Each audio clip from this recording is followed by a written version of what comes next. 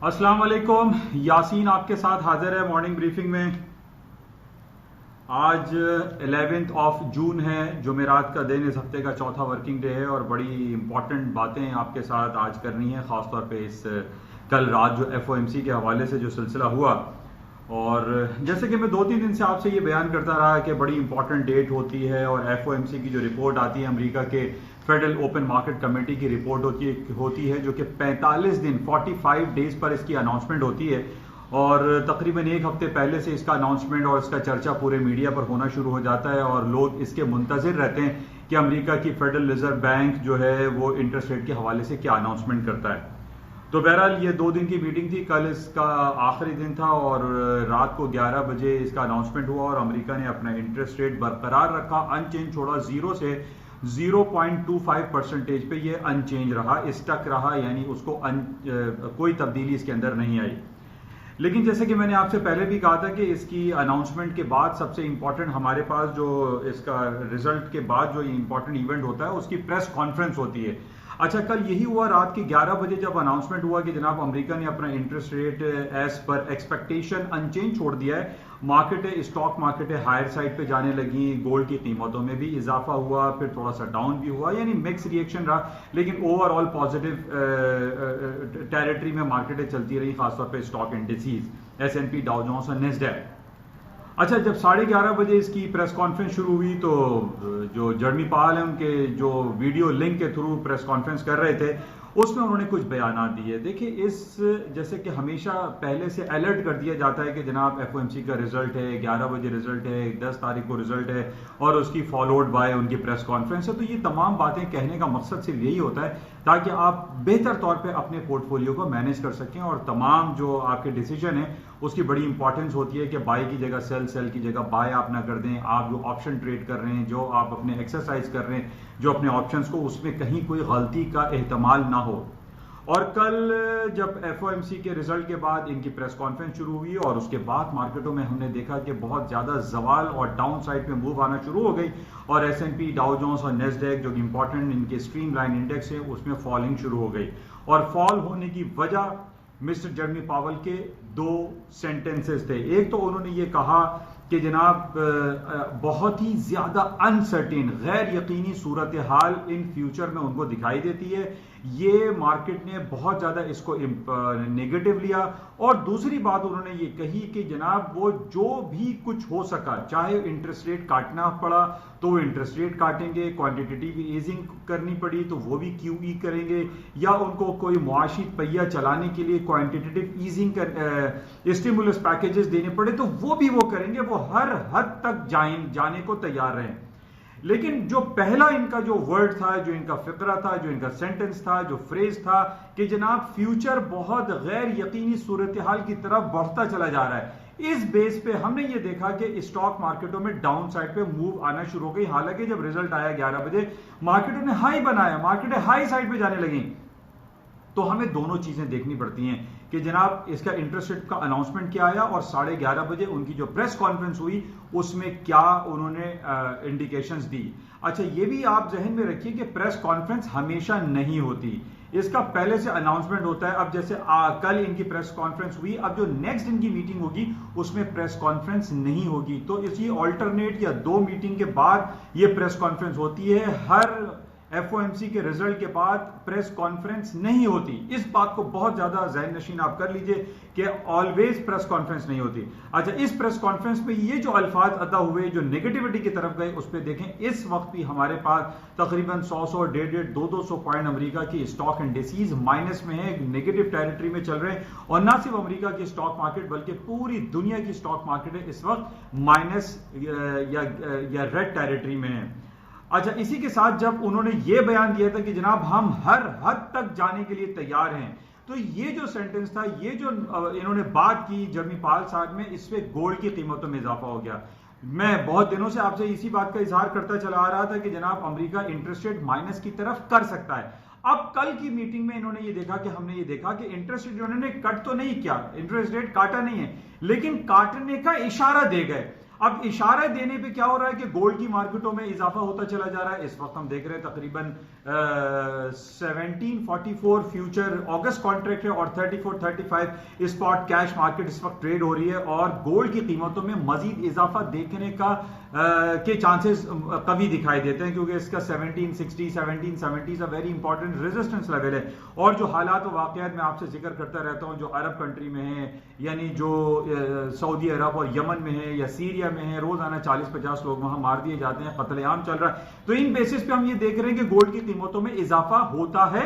और कल जब ये इशारा दे दिया गया कि जनाब अमेरिका किसी भी हद तक जा सकता है हालात को बेहतर करने के लिए, अमेरिका की स्टॉक मार्केट है डाउन साइड पे और गोल्ड की कीमतों में इजाफा हो गया।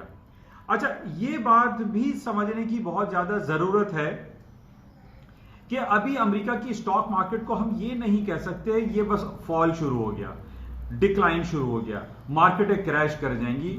नो, मैं आपको on the basis of technicalities ये बयान कर रहा हूं कि अभी आपको जाके ग्राफ पे जो हम लोग सारा दिन देखते रहते हैं उसमें एक वर्ड हम इस्तेमाल करते हैं टेक्निकल बेसिस पे, ट्रेंड रिवर्सल। कि ट्रेंड रिवर्सल क्या अभी अमेरिका की स्टॉक इंडिसेस में आया है या नहीं, तो मेरे पास इसका जवाब है नो, अभी ट्रेंड रिवर्सल नहीं हुआ। इसका हमें सर्टेन देखना पड़ेगा, मैं आपको लेटर ऑन इसका आगाह करूंगा या आपके व्हाट्सएप पे मैं आप लोग नंबर देंगे तो मैं उसमें भी आपको इंडिकेट करने की कोशिश करूंगा कि किन लेवल्स पे S&P, डाउ जोन्स और नेस्डैक का ट्रेंड रिवर्सल होगा और मार्केटें फॉलिंग साइड पर आएंगी। अभी हम सिर्फ एक जुमले पे कि जनाब बहुत गैर यकीनी सूरत हाल है और मुस्तकबिल करीब में हालात खराब हो सकते हैं, इन बेसिस पे स्टॉक मार्केट गिर जाए ये मुमकिन नहीं। तो बहरहाल क्योंकि अमेरिका एक स्ट्रांग इकोनॉमी है और बहुत सारे टूल्स उसके पास मौजूद हैं, वो अपने आप को सस्टेन करने में, अपने आप को स्ट्रांग करने में, अपने हालात को बेहतर करने में बहुत सारे इकदाम कर सकता है। तो बहरहाल इसको हमें नोट करना पड़ेगा और अभी हम ये नहीं कह सकते कि सिर्फ इस बयान पे या सिर्फ इस बयान पे कि अमेरिका ने इंटरेस्ट रेट अनचेंज छोड़ा है स्टॉक मार्केटें क्रैश कर जाएंगी, नो।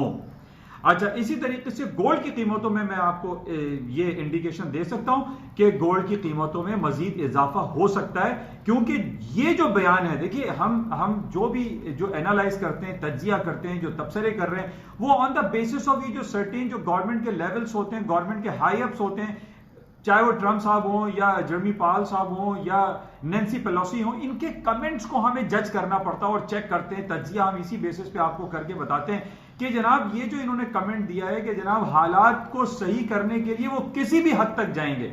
किसी भी हद तक जाने का मतलब यह है कि अमेरिका किसी भी वक्त मजीद इंटरेस्ट रेट काट सकता है। इंटरेस्ट रेट अगर वो काटेगा तो गोल्ड की कीमतें तो मजीद ऊपर की तरफ जाएंगी। प्लस ये जो आप जो जियोपॉलिटिकल सिचुएशन की इतनी गंभीर सूरत हाल पूरी दुनिया में देखते रहते हैं, चाहे वो कश्मीर हो, हांगकांग हो, सीरिया हो, बैरूत हो, लबनान हो, इराक, ईरान, ये तमाम, फिर साउथ कोरिया, नॉर्थ कोरिया में जो चक्कर शुरू, इन बेसिस पे गोल्ड की कीमतों में डाउनफॉल नहीं दिखाई देता। और प्लस जो सबसे इंपॉर्टेंट कल के कमेंट्स थे कि जनाब हम हर किसी भी हद तक जाएंगे, ये पॉइंट जाहिर करता है कि अमेरिका इंटरेस्ट रेट जरूरी नहीं है कि वो नेक्स्ट 45 दिन के बाद FOMC में अपने रिजल्ट अपने इंटरेस्ट रेट को कट करे, बल्कि वो किसी भी वक्त अपने इंटरेस्ट रेट को कट करने का उसके पास पावर्स मौजूद है, वो राइट रिजर्व है उसके पास कि वो कभी भी एक्शन ले सकता है। बहरहाल ये इंपॉर्टेंट था जो कल हमारे साथ हुआ, जो कि मैं आपको इसको डिस्कस किया मैंने आपके साथ।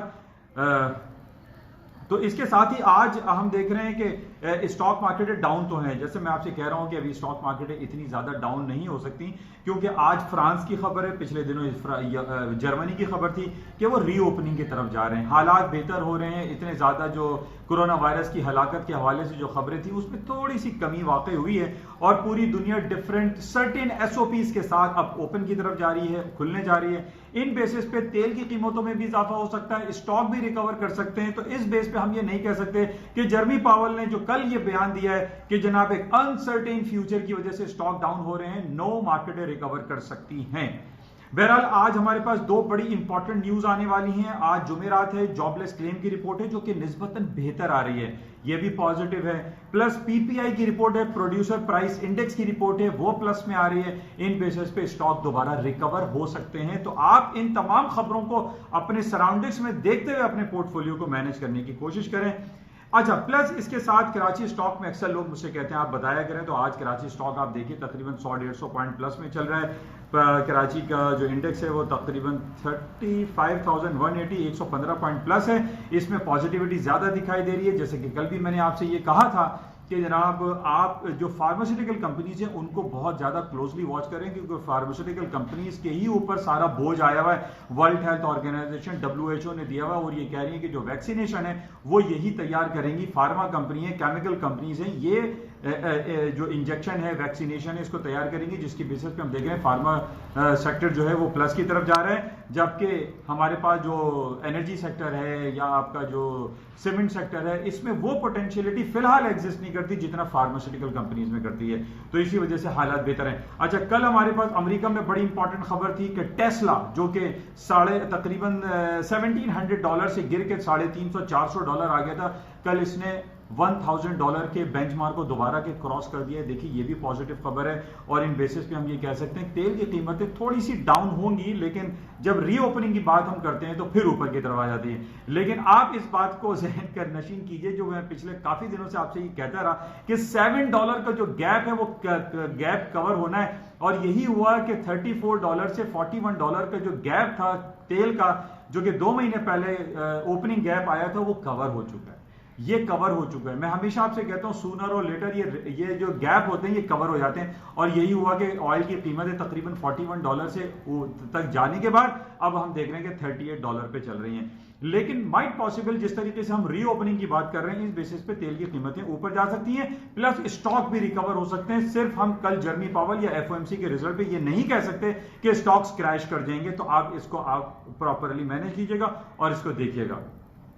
तो बहरहाल आज शाम को important jobless claim and PPI, इसको हम मद्देनजर रखेंगे और देखते हैं कि आज सारा दिन मार्केट में क्या सूरत हाल रहती है। इंशाल्लाह राब्ते में रहेंगे वाया व्हाट्सएप सर्विसेज से। आप लोग अपने नंबर मुझे भेज सकते हैं ताकि मैं आपको उस पर ऐड कर सकूं।